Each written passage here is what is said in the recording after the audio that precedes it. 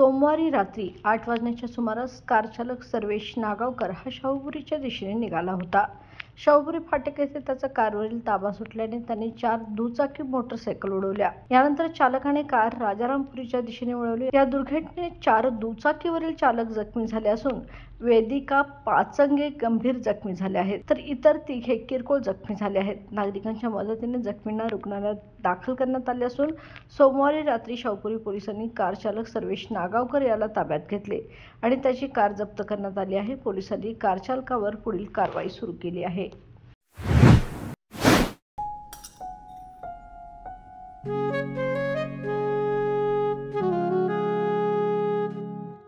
बाबा, आज येताना बासुंदी घेऊन या ना.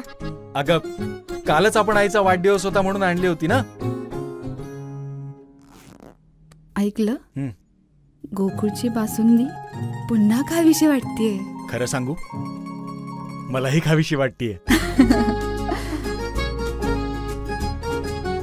पुन्हा पुन्हा खावीशी वाटणारी गोकुळ बासुंदी.